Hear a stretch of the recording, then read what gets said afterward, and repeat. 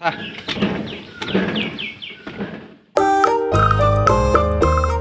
าไปเล่ามาลำโซ่ตัวบล็อกนายจังไรแฟนจอร์เนาะก็ทีนี้นี่จะบล็อกตามนายนอร์ตัดทำนั่นลูกใช้มั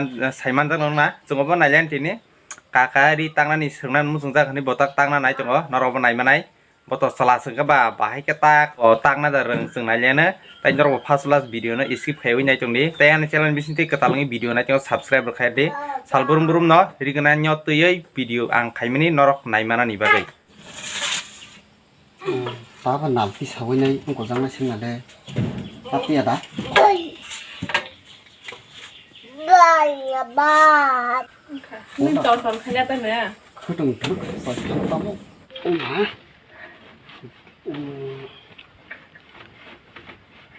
กาแฟตายอย่างไรตายย่างหนังลูก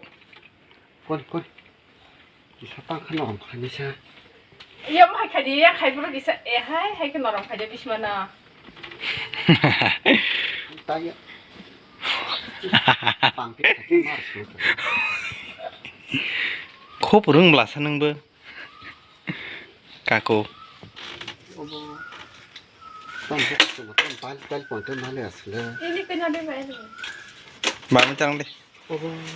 คือต้องต่ออะไรจะรับสิ่งนั้นต้นปุ๊กแต่ฉันหนึ่งลูกส่งดิตาให้แกเสียก็ต้องบิชมาลูกส่งละลูกส่งนั่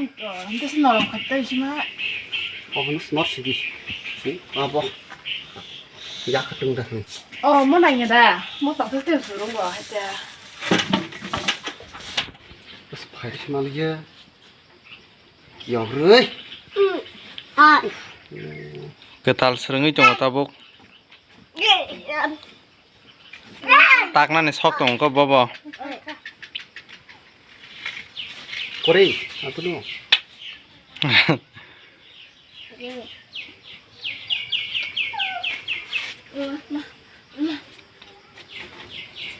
บ้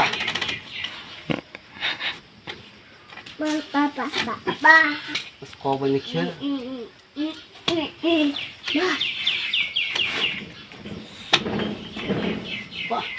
แล้วเอา